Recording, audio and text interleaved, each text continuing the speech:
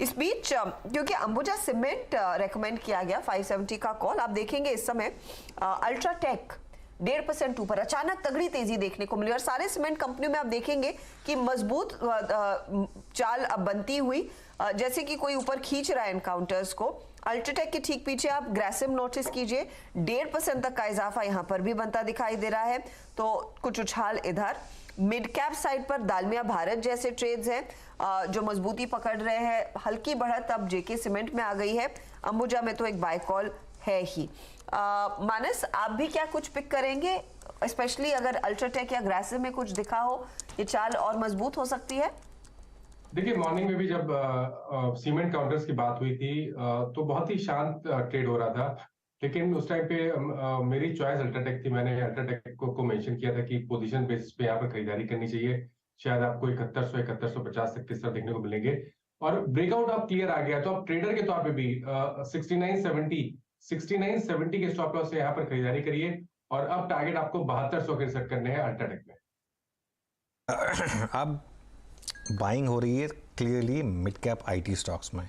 Birla soft ने start किया था, अब 3% बिरला सॉफ्ट ऊपर है। एक बार 2-3 स्टॉक्स लेकर आइए। इंटेलेक्ट डिज़ाइन, इस स्टॉक ने एकदम से एक जंप दिखाया और ये स्टॉक अब 2.5% ऊपर है और ये देखिए क्या ज़बरदस्त इसमें ट्रैक्शन बिल्ड हो रहा है इस समय। कोफोज सुबह भी एक रिकमेंडेशन आई थी कोफोज पर, वो स्टॉक इस समय एक मूव आपको दिखाता हुआ, तो वहाँ पर भी एक क्लियरली एक मूव है। सुबह से एल&टी इन्फोटेक काफ़ी ठंडा पड़ा हुआ था, देखते हैं वो अभी भी ठंडा पड़ा हुआ है, वो काफ़ी इंटरेस्टिंग है। वो अभी भी करीब 1.5% नीचे, लेकिन उसके अलावा बाकी के सारे जो मिड कैप आईटी स्टॉक्स हैं उनमें एक आप क्लियरली एक मूव अपसाइड पर देख रहे हैं। अपसाइड पर मूव जैसा हर्षदा ने स्पॉट किया, सीमेंट इवन एसीसी में भी एक ज़बरदस्त मूव इस समय आता हुआ है। एसीसी का चार्ट लेकर आइए राहुल जी। ये सीमेंट स्टॉक्स में ये कोई ट्रैक्शन दिख रहा है आपको खासतौर से? ये ओके, गाबा जी आप व्यू दीजिए एसीसी या अंबुजा पर। एसीसी मैं दे देता हूँ व्यू। मुझे एसीसी अच्छा ही लगता है, इनफैक्ट मोमेंटम है, हाई टाइम फ्रेम बेसिस पे भी अच्छा है। ट्रेड कर रहा है 2559, पहला टारगेट रहेगा 2600। स्टॉप कितना होना चाहिए? 2540। ट्रेड बनता है, अगर आज लिया और कल बेचे तो भी चलेगा। मेरे ख्याल से 2600 पॉसिबल है एसीसी में। ओके, 2600 पॉसिबल है एसीसी में। चलिए अब थोड़ी और मार्केट पर एक लॉन्ग टर्म ओपिनियन ले लेते हैं। हमारे साथ जुड़ गए हैं रिनाइसेंस इन्वेस्टमेंट मैनेजर्स के founder Pankaj Murarka. Pankaj ji, good afternoon. काफ़ी बड़ी आउट परफॉर्मेंस इंडियन मार्केट की और एक पैराबोलिक फेज इस समय, ऐसे में क्या एडवाइस होगी आपके इन्वेस्टर्स को? गुड आफ्टरनून अनुज। हमारे इन्वेस्टर को यही एडवाइस है अनुज की कि इंडियन इकोनॉमी जो है वो एक बहुत अच्छे फेज से गुजर रही है, एक स्वीट स्पॉट से गुजर रही है और जो इकोनॉमिक अंडरलाइंग स्ट्रेंथ है वो मार्केट्स में भी दिखाई दे रही है। बिकॉज हमने जैसे कि देखा ये साल में काफी सारी ग्लोबल हेडविंड्स हैं, उसके चलते वर्ल्ड वाइड एक स्लोडाउन का फियर बना हुआ है and probably next year US और काफी यूरोपियन कंट्रीज रिसेशन में चली जाएंगी, पर एक इंडिया एक ऐसी इकोनॉमी रहेगी जहां ग्रोथ रहेगी। नॉट ओनली दैट, काफी स्ट्रॉन्ग ग्रोथ रहेगी। मेरा इन्वेस्टर्स को यही एडवाइस रहेगा कि थोड़ा सा लॉन्ग टर्म व्यू रखें एक्विटीज में and every dip should be an opportunity to buy into good quality companies with a long term view. Pankaj, जिस तरह का मोमेंटम देखने को मिल रहा है और यहाँ पर एक ही सेक्टर लीड नहीं कर रहा है इस पर्टिकुलर तेजी को, एक चीज हमने नोटिस की है, it's been a cyclical play, not cyclical, cyclical play, जहां पर एक के बाद एक अलग अलग सेक्टर्स को आइडेंटिफाई किया जा रहा है। लेकिन यहां से अगर इंडेक्स को अज्यूमिंग 20,000 तक निफ्टी पहुंचना है, उसके ऊपर के लेवल्स देखने हैं, कहां पर सबसे ज्यादा लीडरशिप आती हुई दिखाई देगी? क्योंकि कल जब भी मार्केट अपने न्यू हाई पर आया तो रिलायंस का योगदान बहुत इंपॉर्टेंट था, उसके बगैर हम पहुंच ही नहीं पा रहे थे। Do you see leadership coming from a big boy like Reliance, या फिर कोई और क्षेत्र है जो शायद थोड़ा बहुत लीड ले सकता है इस तेजी को और मजबूत करने के लिए? तो हर्षदा, जैसे आपने बताया ये काफी अच्छा एक रोटेशनल ट्रेड चल रहा है मार्केट में, जहां पे लीडरशिप ग्रेजुअली एक एक सेक्टर में रोटेट हो रही है और ये एक अंडरलाइंग इंडियन इकोनॉमी की स्ट्रेंथ भी बता रहा है कि इंडियन इकोनॉमी जब अच्छा करती है तो थोड़ा आगे पीछे होता है पर सब सेक्टर्स अच्छा करने लगते हैं। सो यहाँ से अगर आने वाले एक साल का व्यू लें, अगर हमें लगता है कि बैंक्स ने काफी अच्छा किया लास्ट 6 महीनों में, but they will continue to lead because इनके नतीजे काफी अच्छे आते रहेंगे और सेक्टर में फंडामेंटल आउटलुक काफी स्ट्रांग है। इसके अलावा कैपिटल गुड्स और इंजीनियरिंग एज ए सेक्टर भी काफी अच्छा करना चाहिए, बिकॉज एक अंडरलाइन इकोनॉमी में हमें एक रिवाइवल ऑफ इन्वेस्टमेंट साइकिल दिख रहा है जो काफी समय बाद दिख रहा है। तो ये साल अगर आप देखें तो कैपिटल गुड्स शेयरों ने काफी अच्छा रिटर्न दिया, in fact they been some of the best performers. तो हमें लगता है ये आने वाले नेक्स्ट ईयर में भी इनका परफॉर्मेंस कंटिन्यू रहेगा। और इसके अलावा कंज्यूमर डिस्क्रिशनरी जो है, कंज्यूमर रिलेटेड जो भी सेक्टर्स हैं, एक कंज्यूमर थोड़ा सा बीच में स्लो डाउन था, पार्टली रूरल की वजह से बिकॉज ऑफ ये हाई इन्फ्लेशन और काफी सारी कैटेगरीज में काफी हाई प्राइस हाइक हो गए थे। पर अब रॉ मटेरियल प्राइसेस और कमोडिटी प्राइसेस काफी सॉफन हो गए। हमें लगता है नेक्स्ट ईयर में कंज्यूमर डिमांड काफी स्ट्रांग रहेगी, तो कंज्यूमर डिस्क्रिशनरी सेक्टर भी काफी अच्छा करना चाहिए। इसमें डिस्क्रिशनरी में आप ऑटोज को इंक्लूड करेंगे, और कौन सी सेगमेंट या पॉकेट खासतौर से, क्योंकि यहाँ पे भी बड़ी रैली हुई है कुछ स्टॉक्स में। हाँ जी, बिल्कुल अनुज, आप एकदम सही कह रहे हैं। तो autos is part of consumer discretionary. इसके अलावा आप देखें तो ट्रैवल टूरिज्म रिलेटेड स्टॉक्स हैं, तो ट्रैवल एज ए सेक्टर ने काफी अच्छा किया है। होटल्स को हम देख सकते हैं, they have done very well.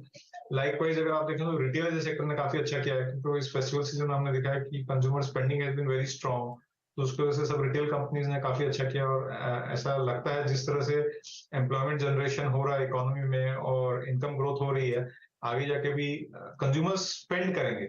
वो चाहे हॉलिडेज पे स्पेंड करें, चाहे शॉपिंग पे या रिटेल पे स्पेंड करें, चाहे कंज्यूमर ड्यूरेबल्स पे स्पेंड करें, चाहे वो ऑटोज में, चाहे वो 2 व्हीलर या 4 व्हीलर खरीदें, पर कंज्यूमर्स के पास सेविंग्स हाई रहेंगी और उसके चलते वो पैसा स्पेंड करेंगे। तो जो भी सेक्टर को या बिजनेस को कंज्यूमर स्पेंडिंग से फायदा होता है, जो कि एक डिस्क्रिशनरी स्पेंड है, जो कि कंज्यूमर के लिविंग के लिए जरूरत नहीं है, पर they do it out of pleasure, joy, fun, excitement and entertainment, तो उन सभी कंपनीज को या सेक्टर्स जो उससे जुड़े हुए हैं, उन सबको उससे फायदा होगा। प्लेजर, जॉय, एंटरटेनमेंट की बात करें, लेकिन वहां पर मर्सिडीज तो कह रही है कि उनकी बिक्री नहीं हो रही क्योंकि लोग सारी पैसे सेव कर रहे हैं म्यूचुअल फंड्स में।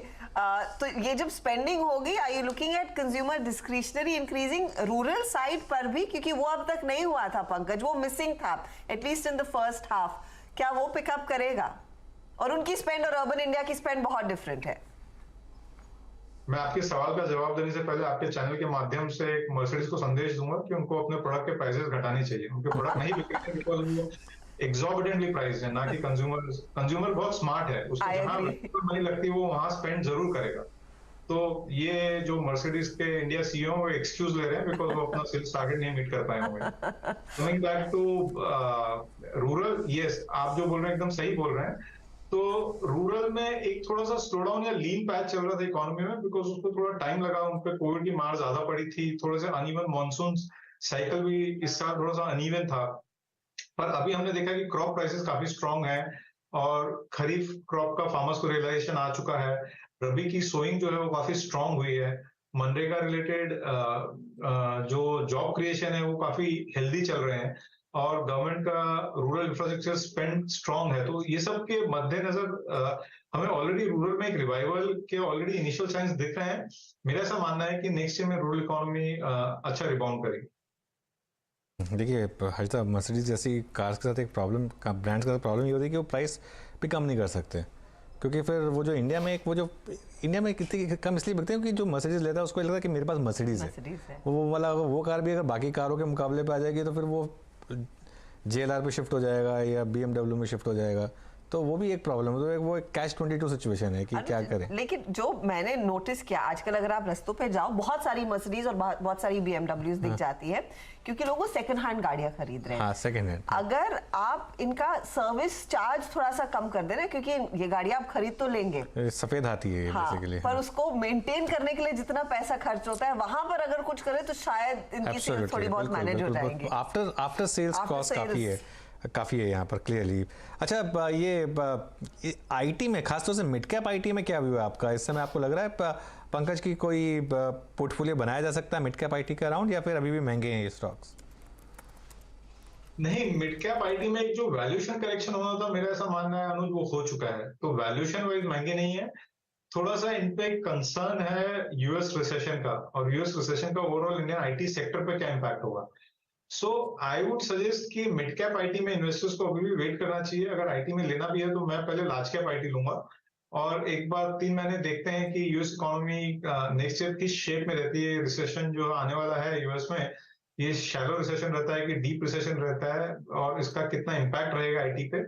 तो एक बार वो देख के फिर असेसमेंट करके मेरे हिसाब से मिड कैप आईटी स्टॉक्स में बाइंग या कुछ इन्वेस्टमेंट करना चाहिए। सो अगर आईटी में इन्वेस्टमेंट करना है तो I would prefer large cap IT companies at this point of time. Large cap IT company देखिए निफ्टी ने